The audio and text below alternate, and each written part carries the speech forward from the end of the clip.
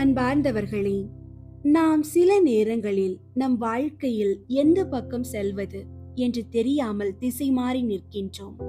பல நேரங்களில் தவறான பாதைகளை தேர்ந்தெடுத்து விட்டு பின் வருந்துகிறோம்.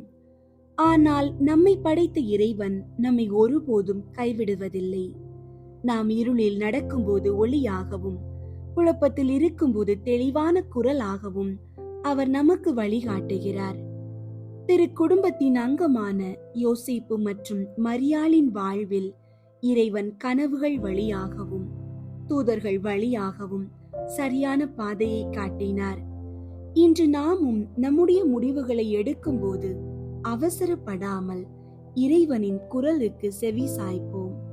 அந்த மெல்லிய அமைதியான குரல் நம்மை என்றும் பாதுகாப்பான மற்றும் ஆசீர்வாதமான பாதைக்கு அழைத்து செல்லும். இன்றைய நாளுக்கான இறை வார்த்தை எசாயா 30 இறை வார்த்தை. நீங்கள் வலப்புறமோ இடப்புறமோ எப்பக்கம் சென்றாலும் இதுதான் வழி, இதில் நடந்து செல்லுங்கள் என்னும் வார்த்தை பின்னிருந்து உங்கள் செவிகளில் ஒலிக்கும். ஜெபிப்போம்.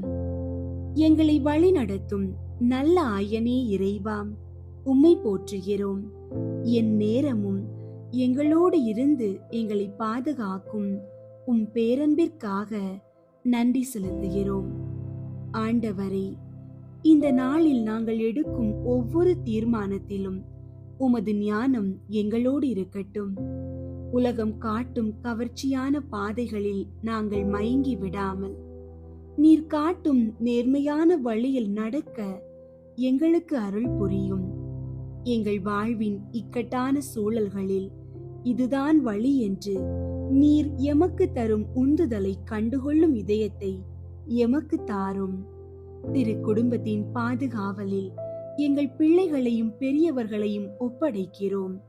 குழப்பங்கள் நீங்கி உமது குரலை தெளிவாக கேட்கும் வரத்தை எங்களுக்கு தந்தருளும். ஆமீன். அன்பார்ந்தவர்களே, தனிமையில் இருப்பதாக ஒருபோதும் நினைக்காதீர்கள்.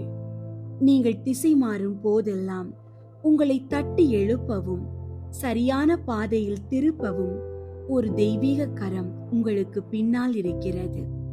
உலகம் உங்களுக்கு தடைகளை உருவாக்கலாம், ஆனால் இறைவன் உங்களுக்காக ஒரு பாதையை திறப்பார். உங்கள் செவிகளை இறை வார்த்தைக்கு திறந்து வையுங்கள். உங்கள் கால்கள் ஒருபோதும் தடுமாறாது. துணிவோடு முன்னேறுங்கள். இறைவன்